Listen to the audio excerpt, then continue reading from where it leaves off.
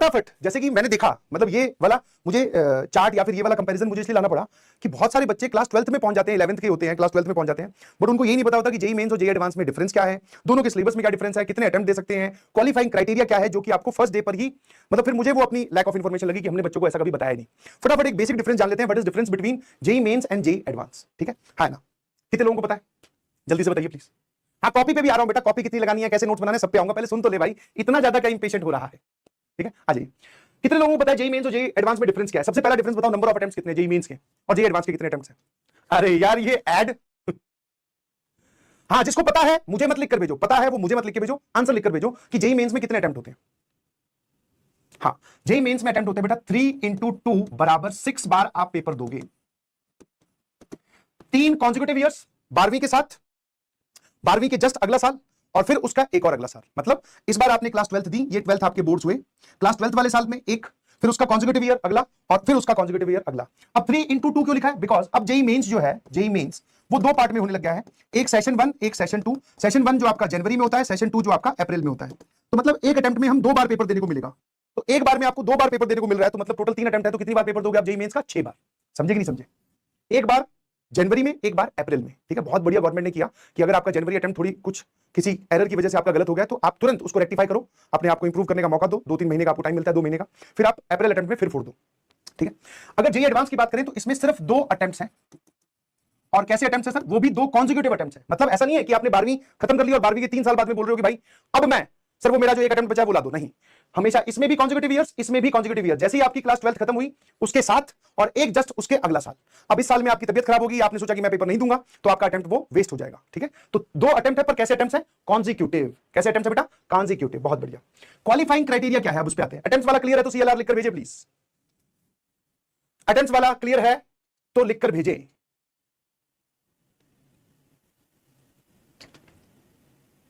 हाँ, दोनों अटेम्प्ट देने जरूरी तो नहीं है, बेस्ट ऑफ 2 काउंट होता है। जिस साल आप पेपर देते हो जेईई मेंस की बात करें तो बेस्ट ऑफ 2 काउंट होता है कि आपका जनवरी अटेम्प्ट में जितने मार्क्स आए हैं, अप्रैल अटेम्प्ट मान लो 300 नंबर का पेपर, अभी आता हूं पैटर्न पे भी 300 नंबर पेपर है, एक बार में आपके आए 180, एक बार में आपके आए 210, तो 210 आपका बेस्ट काउंट होगा, चाहे वो पहले में आए हो चाहे दूसरे में आए हो। दोनों देने कंपल्सरी नहीं है, बट यस सजेस्टेड ये है कि आपको दोनों देने चाहिए। अभी सिर्फ आप इसमें इन्वॉल्व मत हो, अभी आपको सिर्फ ये इन्फॉर्मेशन पचानी है कि अच्छा ये होता है।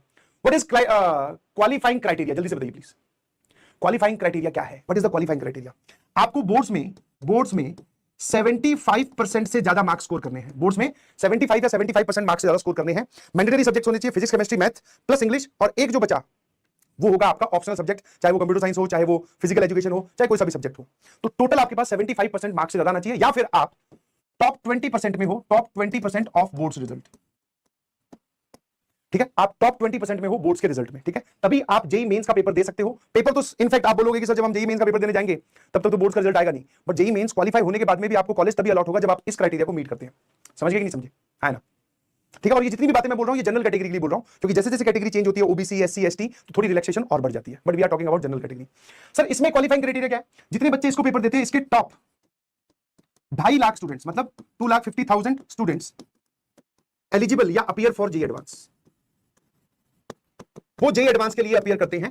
इसमें से टॉप 2.5 लाख स्टूडेंट्स जो होते हैं वो अपीयर करते हैं जेईई एडवांस के लिए। इसमें आप मोटा मोटा आइडिया मान सकते हो कि जेईई मेंस का पेपर है, करीबन 14 लाख लोग देते हैं। 14 लाख बच्चों ने इस बार पेपर दिया है, 13.5 लाख थे, तो 14 लाख बच्चों ने पेपर दिया, उसमें से टॉप 2.5 लाख जो बच्चे होंगे, टॉप स्कोरर्स, उनको जेईई एडवांस लिखने का मौका मिलेगा। और उनके लिए भी क्राइटेरिया ये है कि उनका भी 75% से मार्क्स ज्यादा आने चाहिए। अदरवाइज क्या हो जाएगा, अगर जेईई एडवांस वो क्वालिफाई भी कर देते हैं बट बोर्ड्स में 75% मार्क्स से कम है, तो फिर उनकी वो सीट नल एंड वॉइड हो जाएगी, उनको कुछ नहीं मिलेगा। समझे कि नहीं समझे? हाँ, ये 12th में। फिर आते हैं pattern and number of papers. ठीक है, नंबर ऑफ पेपर्स मैंने यहां पे बता दिए हैं, 2 होते हैं, है ना? एक मतलब एक बार में एक होगा, एक सेशन में एक होगा, बट एक ईयर में 2 बार आपको पेपर देने को मिलेगा। 3 अटेम्प्ट में टोटल 6 बार पेपर देने को मिलेगा। पैटर्न की अगर बात करें तो फिजिक्स में 25 सवाल, केमिस्ट्री में भी 25 सवाल, मैथ्स में भी 25 सवाल, और उन 25 की अगर मैं बाइफर्केशन करूं तो 20 ऑब्जेक्टिव, इसको आप बोलोगे सिंगल करेक्ट, और 5 इंटीजर टाइप। ये पैटर्न फिक्स है जेईई मेंस का। टोटल कितने सवाल आएंगे आपके पास में? 75 सवाल आएंगे। हर एक सवाल का ईच क्वेश्चन कंटेन्स +4 अगर आप सही करते हो, -1 अगर आप गलत करते हो, 0 अगर आप उसको अनअटेम्प्टेड छोड़ते हो। तो ये पैटर्न फिक्स चल रहा है। हाँ, थोड़ा सा इसमें चेंज हुआ है। पहले ये जो 5 इंटीजर टाइप हुआ करते थे उसकी जगह 10 आते थे, 10 में से कोई 5 करने होते थे, मतलब आपके पास ऑप्शंस होते थे। अब वो ऑप्शंस भी हटा दिए हैं। 20 ऑब्जेक्टिव क्वेश्चंस आएंगे, 5 इंटीजर टाइप आएंगे जिनका जवाब इंटीजर होता है, वो इंटीजर वहां पे भरना होता है। और इन दोनों ही कैटेगरी की जो मार्किंग क्राइटेरिया है, सही करने पे +4, गलत करने पर -1, खाली छोड़ने पर 0। समझा? इंटीजर टाइप का मतलब है कि जिन सवालों का जवाब इंटीजर आए, एक तो ऑप्शन वाले होते हैं एबीसीडी, एक मैंने पूछ लिया कि इस इक्वेशन के नंबर ऑफ रूट्स कितने हैं, तुमने बोला सर 4 रूट्स आ रहे हैं, तो अब वो आपको 4 वहां पर कीबोर्ड से फिल करके दिखाना है, ठीक है। अब यहां पर आते हैं सर, यहां पर अटेम्प्ट, इसमें पैटर्न क्या है, इसमें नो सच फिक्स्ड पैटर्न। कभी भी आईआईटी एडवांस का, अब आपको यहां से थोड़ा फील समझ में आएगी, कभी भी 2 कॉन्सेक्यूटिव ईयर्स में पैटर्न रिपीट नहीं हुआ है। अब उनके पैटर्न में से सिंगल करेक्ट भी सवाल हो सकते हैं, मल्टीपल करेक्ट क्वेश्चंस भी हो सकते हैं जिसमें एक ज्यादा आंसर हो, मतलब ऑप्शन एबीसीडी है, may be possible answer ABC हो। फिर इंटीजर टाइप हो सकते हैं, match the column, matrix match, ठीक है, पैराग्राफ टाइप, बहुत सारी वैरायटी जो है वो यहां पर एग्जिस्ट करती है। तो इनका कोई भी फिक्स पैटर्न नहीं है, ये पैटर्न आपको तभी पता चलेगा जब आप पेपर खुद उस दिन देने जाओगे। मतलब हम भी पैटर्न तभी रिवील करते हैं जब हमारे पास में पेपर आता है कि भैया इस बार का पैटर्न ये है, ठीक है। और एक दिन में इसमें 2 पेपर होते हैं, that is paper 1 and paper 2, है ना। जबकि जेईई मेंस आप देने जाओगे तो आपको उस दिन एक ही पेपर देना है, 3 घंटे का एक पेपर हुआ, यहां पर 3 घंटे के 2 पेपर होंगे, तो मतलब आपको उस दिन 6 घंटे पेपर देना है, समझ गए, है ना। बहुत बढ़िया। अब आ जाइए सर सिलेबस, दोनों का सिलेबस ऑलमोस्ट सेम है, और वो सिलेबस कहां से डिफाइन हो रहा है सर, एनसीईआरटी से, ठीक है, ये भी सेम है। दोनों का सिलेबस मेंस और एडवांस का with respect to mathematics same है। फिजिक्स और केमिस्ट्री में कहीं ना कहीं जाकर एडवांस के कुछ सेपरेट टॉपिक्स होते हैं, वो आपके टीचर्स आपको बता देंगे बेटा ये वाला पार्ट जो है ये मेंस में है, एडवांस में नहीं है, ये वाला पार्ट जो है ये एडवांस में है, मेंस में नहीं है। ऐसी बातें आपको टीचर बोलते हुए सुनाई देंगे, आप वहां पे टॉपिक के बगल में लिख भी लेना, और टीचर्स आपको सजेस्ट भी करते हैं कि लिख लो भाई कि ये टॉपिक मेंस में है और एडवांस में नहीं है, या फिर ऐसा उल्टा भी हो सकता है। But with respect to mathematics this is almost same. एक टाइम तक मेंस का सिलेबस ज्यादा हुआ करता था जिसमें मैथमेटिकल रीजनिंग, स्टैटिस्टिक्स, बहुत सारे चैप्टर्स थे, बट अब जो है वो स्टैटिस्टिक्स को जेईई एडवांस में भी इंक्लूड कर लिया गया है, तो आप ऑलमोस्ट सेम बोल सकते हो, नथिंग इज डिफरेंट। समझे कि नहीं समझे? तो इसलिए मैं आपसे रिक्वेस्ट करूंगा कि जब हम पढ़ाएं तो जिस टॉपिक के बारे में लिखा जाए कि ये मेंस में या एडवांस में नहीं है, तो आप भी वहां लिख लो, ताकि जब आप रिवाइज कर रहे होंगे कि भाई मैं मेंस के लिए तैयारी कर रहा हूं फोकस होकर, तो एडवांस वाले टॉपिक मत पढ़ो, मैं एडवांस के लिए तैयारी कर रहा हूं, तो फिर आप क्या करो, सारे टॉपिक पढ़ो, हाँ, जो एडवांस की सिलेबस में है, ठीक है। फिर आते हैं टफनेस लेवल, ऑब्वियसली सर ये थोड़ा मीडियम साइड में होता है, और ये तो सर आप जानते ही हो, तुमने नेट पे वो रील देखी होगी ना, व्हाट इज ऑरा इसका जो ऑरा है वो ऑरा पॉइंट्स इसके 999 का मतलब 1 लाख से भी ऊपर है, समझे नहीं समझे, 999 का इसके 1 लाख से भी ऊपर हो रहा है, समझ में आया? टफनेस विद रिस्पेक्ट टू, ऐसा नहीं है कि लेंथी सवाल आएंगे सर, हम एक सवाल को सॉल्व करने लगे 5 पेज भर के फिर जाके जवाब आए, नहीं, थिंकिंग डेवलप करने वाले सवाल, जहां पर थोड़ा सोच लग रहा है, कॉन्सेप्ट की डेप्थ मतलब डेप्थ लग रही है, अगर किसी को सिर्फ फॉर्मूला याद है तो उसके बेसिस पे सवाल सॉल्व हो सके, ये नहीं होगा। आपको पूरी टॉपिक की अंडरस्टैंडिंग होनी चाहिए, जो कि आपको इन 2 सालों के टाइम में सिखाई जाएगी कि कॉन्सेप्ट की डेप्थ कैसे सीखी जाती है। एज लिमिट, इस पे कोई एज लिमिट नहीं है भाई, नो एज लिमिट। इसमें एज लिमिट है, जनरल कैटेगरी की बात करूं तो अक्टूबर 1, 2000 से on and before, sorry on and after, कि आपकी जो डेट ऑफ बर्थ है वो या तो 1 अक्टूबर 2000 हो या फिर आपका जन्म इस डेट के बाद में हुआ हो, कोई ऐसा तो नहीं है ना।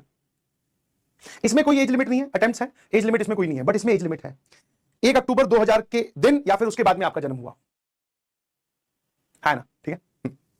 आ जाइए सेफ स्कोर। अब मैं आपसे ये सवाल आपसे पूछता हूं कि आपको क्या लगता है, जैसे ये वाला जो है जेईई मेंस का आप बोल सकते हो 300 मार्क्स का पेपर आएगा, और ये कहीं ना कहीं ऑन एन एवरेज 360 मार्क्स का होता है दोनों पेपर्स मिलाकर, पेपर 1 प्लस पेपर 2 मतलब 180 मार्क का पेपर बोल सकते हैं, है ना। अरे वाह बहुत बढ़िया, सब लोग 2009, ये कौन है भाई 1999 वाला कौन है से 2009 2010, शाबाश। तो इसके बाद में ही पैदा हुए हैं सभी लोग, बहुत बढ़िया, ये तो बहुत अच्छा लगा जानकर। ये मैंने अप्रोक्सीमेटली का, बिकॉज़ बेटा ये चेंज होता रहता है हर साल, क्योंकि पैटर्न ही फिक्स नहीं है, बट हाँ ये 300 मार्क्स का होगा। अब तुम मुझे एक बात बताओ कि कितना परसेंट आपको या कितने मार्क्स लाने पड़ेंगे तब जाकर हम इसको क्वालिफाई कर पाएंगे, है ना।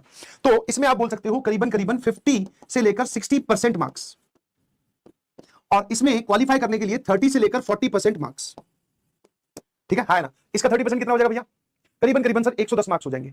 तो दोनों पेपर मिलाकर आपको फिजिक्स केमिस्ट्री मैथ का स्कोर मिलाकर 110 से ऊपर स्कोर करना है, आप आईआईटी में सेलेक्ट हो जाओगे। और अच्छे मार्क्स लेके आते हो, 40% लेके आते हो तो रैंक और अच्छी आएगी, 50% मार्क्स ले आए तो आपकी रैंक अंडर 1000 आ जाएगी, ठीक है।